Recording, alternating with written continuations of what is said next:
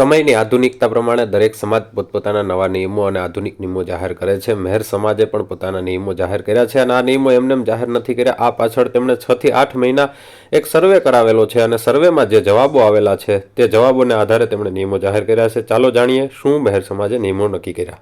આમંત્રણ WhatsApp telephonic જોઈએ છે તો એમાં 84% કીધું કે હા વોટ્સએપ અને ટેલિફોનિક જે છે હા, અને એ સાથે સાથે આ ખરડાને હું જે આપણે સપોર્ટ કરતા હાથ ઊંચો કરીને એક વખત જોરદાર તાળીઓથી કહો તો ખ્યાલ આવે. આનું રેકોર્ડિંગ થાય છે, સમાજમાં જશે. આપણે બધાએ ઇવન વડીલો આજે વિચારો જુદા હોય તો પણ સ્ટેજ ઉપર છે, આનંદની વાત છે. અને બધાએ લગભગ ખરડો જે છે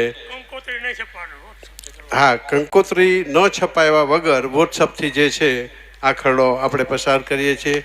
તમારા બધાનો ખૂબ હાથ ઊંચા કરીને સહકાર મળ્યો છે, રેકોર્ડિંગ થાય છે, સમાજમાં મૂકશું કે તમે બધાએ આ જે છે આને એપ્રુવલ કર્યું છે. બીજો જે છે સગાઈના પ્રસંગે કન્યાને સોનું આપવા બાબત મર્યાદા નક્કી કરવી જોઈએ. તો એમાં 94% જે છે હા કીધું છે કે મર્યાદા કરવી જોઈએ નક્કી.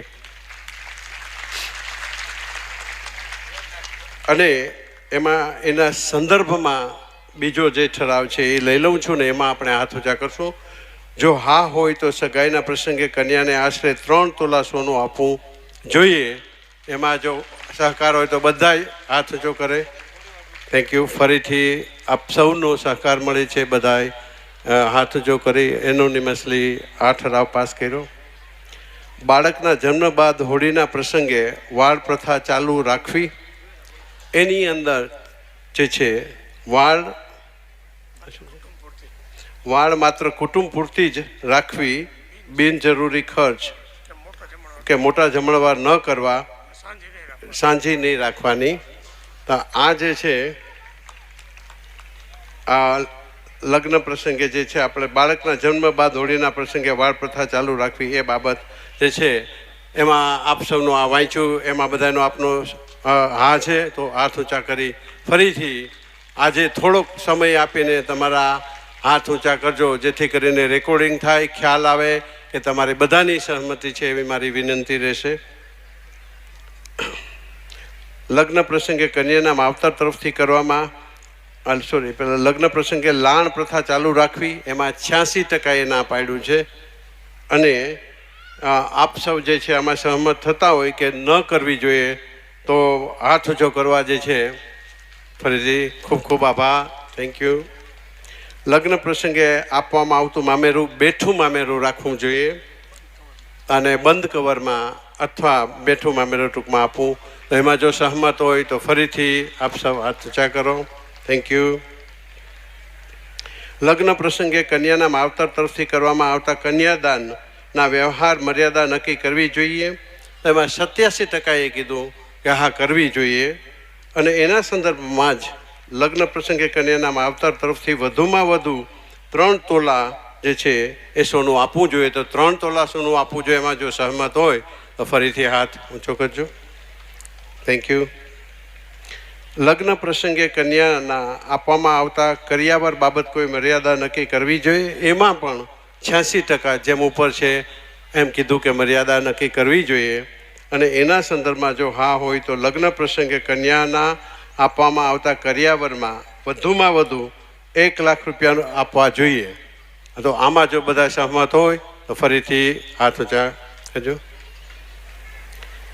આ બધા નિયમો છે એ આપણા સમાજના 80% અથવા જે કોઈ વર્ગ છે કે જેની અંદર આપણે તકલીફ પડે છે, પૈસા ક્યાં આપણે વ્યાજે લઈને કરીએ છીએ તો એમાં સુગમતા રહીએ એના ધ્યાનમાં રાખીને કર્યા છે અને એને જે છે તમારી સમક્ષ મૂકીએ છીએ અમે.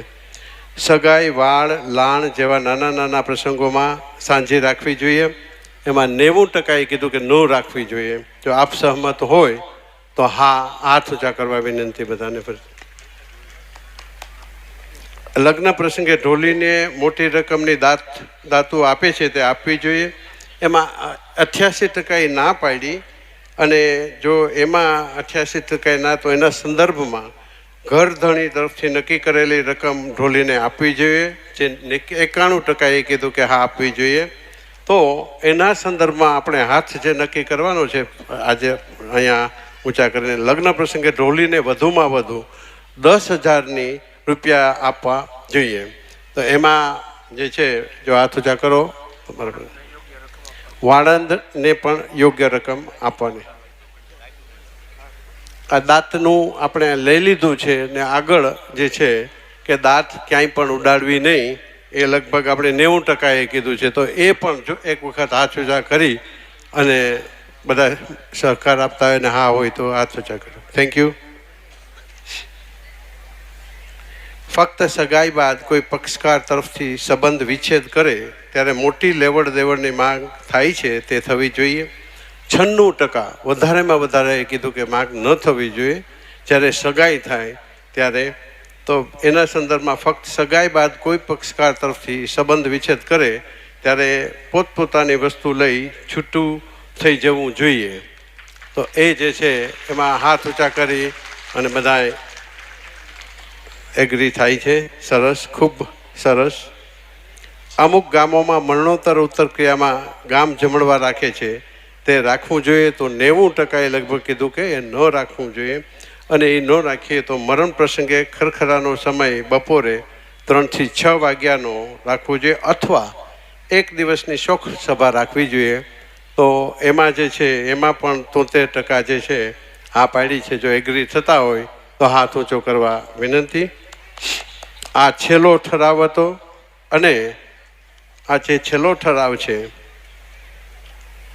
એને આપણે જે છે આ નિયમોનું અમલીકરણ છે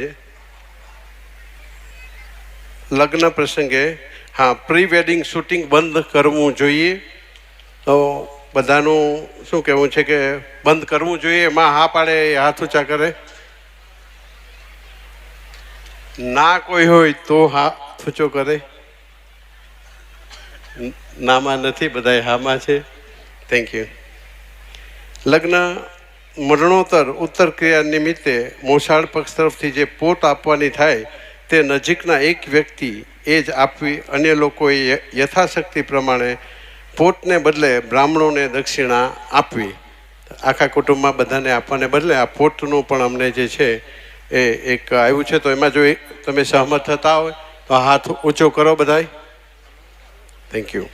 તો આ છેલ્લો જે છે નિયમ એ આપ સમક્ષ મૂક્યો. 19 નિયમો આજે મૂક્યા જે રેકોર્ડ પણ થાય છે. આપ સૌએ એને પસારા ખરડાને કર્યા એ પણ રેકોર્ડ થાય છે.